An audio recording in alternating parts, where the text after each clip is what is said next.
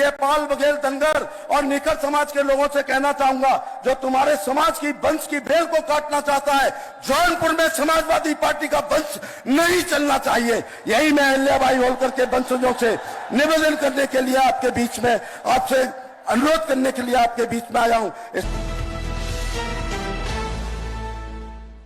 भारत माता की, भारत माता की। उत्तर प्रदेश के करोड़ों गरीबों, किसानों, दलितों, पिछड़ों और मेहनतकश मजदूरों के मसीहा, उत्तर प्रदेश के यशस्वी, तपस्वी, जानदार, शानदार मुख्यमंत्री योगी आदित्यनाथ जी, निषाद पार्टी के राष्ट्रीय अध्यक्ष डॉक्टर संजय निषाद जी, सांसद बीपी सरोज जी, सांसद सीमा त्रिवेदी जी, हमारी 9 विधानसभा में निषाद पार्टी, अपना दल और भारतीय जनता पार्टी के सभी प्रत्याशी, बुजुर्गों, नौजवान साथियों, माताओं, बहनों, पत्रकार साथियों, ये 7 तारीख को होने वाला चुनाव अन्य सूबों में सड़क, स्कूल, बिजली, पानी, नाली, खरंजा, फाइनल रिपोर्ट, चार्जशीट, बंदूक का लाइसेंस या विधवा, विकलांग, वृद्धावस्था पेंशन के लिए हो रहा होगा, लेकिन उत्तर प्रदेश में ये चुनाव जंगल राज और गुंडा राज हमारे राज्य में ना आए, इसके लिए हो रहा है। जौनपुर, अगर लखनऊ का रास्ता जौनपुर से जाता है और दिल्ली का रास्ता लखनऊ से होकर जाता है, अगर जौनपुर कमजोर होता है तो लखनऊ कमजोर, और लखनऊ कमजोर तो बुलडोजर कमजोर, और बुलडोजर अगर कमजोर होता है तो फिर गुंडों के हौसले बुलंद होते हैं। इसलिए साथियों, लखनऊ कमजोर तो दिल्ली कमजोर, और दिल्ली कमजोर तो देश के गरीब कमजोर होते हैं। दिल्ली मजबूत होती है तो देश के गरीब मजबूत होते हैं। इसलिए मैं आपसे अनुरोध करने के लिए आया हूं, इस देश में शौच करती हुई महिला को खेत में हर प्रधानमंत्री ने देखा, लेकिन ये इज्जत घर मोदी जी ने बनाने का काम किया है। हमारे मुख्यमंत्री जी ने विधवा, विकलांग, वृद्धावस्था पेंशन को 500 से बढ़ाकर 1000 रुपए करने का काम किया है। अब इलाज के अभाव में कोई नहीं मरेगा, क्योंकि 5 लाख से आयुष्मान कार्ड से आपका इलाज होगा। इस मंच के बराबर अगर किसी की खतौनी में जमीन होगी तो मोदी जी की 2000 रुपए की 10वीं किस्त सीधे सीधे उनके खाते में आ रही होगी। मैं लंबा भाषण न देते हुए ये कहना चाहूंगा कि वर्षों के बाद उत्तर प्रदेश को ऐसा 100% ईमानदार मुख्यमंत्री मिला है, जिसकी जेब में केसरिया रुमाल हो सकता है लेकिन नोटों की गड्डी कभी नहीं होती है। वहीं पर अखिलेश यादव के इत्र वाले मित्र, अगर उनकी दीवार पर जब जेसीबी मशीन चलती है, सोने की गिन्नियां गिरती हैं, सोने के बिस्कुट गिरते हैं, नोटों की गड्डियां गिनती हैं, इनकम टैक्स वाले जब गिन नहीं पाते हैं तो मशीनें आती हैं और वो मशीनें भी पिघल जाती हैं।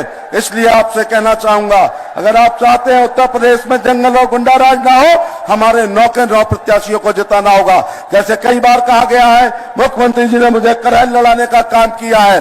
अखिलेश यादव ने अगर अपनी मनपसंद सीट करहल पर चुनाव लड़ने का तय किया है तो हमारे प्रधानमंत्री जी, गृह मंत्री, मुख्यमंत्री जी ने और जेपी नड्डा ने आपके छोटे भाई को करहल में 2-2 हाथ करने का अवसर प्रदान किया है। मैं आपका आभार प्रकट करना चाहूंगा।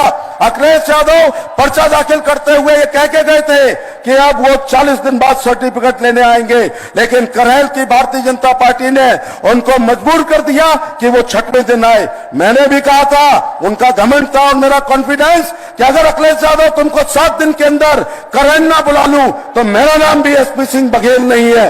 उनको 6वें दिन वहां पर आना पड़ा। और साथ में जिसने ये कहा था कार्यकर्ता चुनाव लड़ेंगे, उनकी पत्नी डिंपल यादव को वहां पल्लू के साथ वोट छूने पड़े। उनके भाई धर्मेंद्र यादव 16 दिन वहां पर खूंटे की तरह मैंने बांध के रखा। उसी प्रकार से अक्षय यादव को 17 दिन बांध के रखा और रामगोपाल यादव को 17 दिन बांध के रखा और तेज प्रताप यादव को करहल से बाहर निकलने नहीं दिया। इसके बाद जो कह रहे थे कि एक बार नहीं आएंगे, वो 17 तारीख को आए और 17 तारीख को अपने वृद्ध एवं बीमार पिता नेताजी श्री मुलायम सिंह यादव को लाना पड़ा। इसलिए बुढ़ापे में लाठी का सहारा बेटा होता है। ये अखिलेश यादव अकेले वो हिंदुस्तान के नौजवान हैं जिनको जवानी में अपने वृद्ध और बीमार पिता का सहारा करहल में लेने की आवश्यकता हो गई है। इसलिए साथियों, बस एक घटना का जिक्र कर रहा हूं। हमारे इलाहाबाद में राजू पाल चुनाव जीते 2004 में, जब अतीक अहमद की पीठ पर और अशरफ की पीठ पर मुलायम सिंह जी सपा का हाथ होता है, राजू पाल 14 दिन में मारे जाते हैं। इसके बाद आपको पता होगा जानलेवा हमला मेरे ऊपर करहल में हुआ।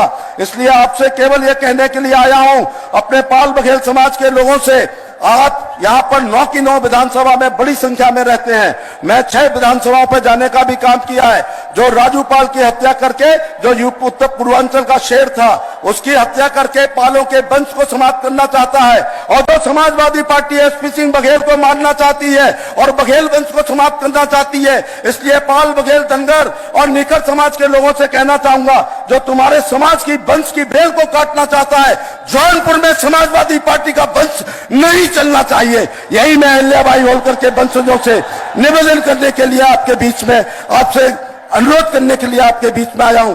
इसलिए जहां पर हमारी निषाद राज पार्टी का प्रत्याशी लड़ रहे हैं, अपना दल जहां पर लड़ रहा है और भारतीय जनता पार्टी वहां लड़ रहे, अपना दल का चुनाव चिन्ह कप प्लेट है, और उसमें मजा जब तक नहीं आता है, जब तक मोदी जी की चाय ना पड़े, और मोदी जी की चाय में मजा तब आता है जब पालों का दूध उसमें पड़ता है। इसलिए मैं आपसे अनुरोध करने के लिए 7 तारीख को होने वाले चुनाव में भारतीय जनता पार्टी, निषाद राज पार्टी और अपना दल के प्रत्याशियों के पक्ष में आप लोग बटन दबाएं, और गुंडा राज की जननी जो समाजवादी पार्टी थी, मैंने कोशिश की है कि समाजवादी पार्टी गुंडागर्दी की जननी है, करहल ने ही उसकी नसबंदी करने का काम करहल की महान जनता ने करने का काम किया है।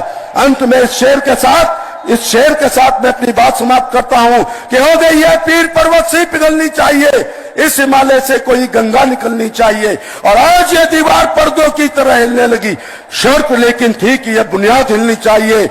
हर सड़क पर, हर गली में, हर नगर, हर गांव में हाथ लहराते हुए हर लाश चलनी चाहिए, और सिर्फ हंगामा खड़ा करना मेरा मकसद नहीं, मेरी कोशिश है ये सूरत बदलनी चाहिए, और मेरे सीने में नहीं तो तेरे सीने में सही हो कहीं भी आग, पर ये आग जलनी चाहिए। जय बुलडोजर बाबा जिंदाबाद, बुलडोजर बाबा जिंदाबाद, बुलडोजर बाबा जिंदाबाद, मोदी योगी जिंदाबाद। बहुत बहुत धन्यवाद आदरणीय बघेल जी।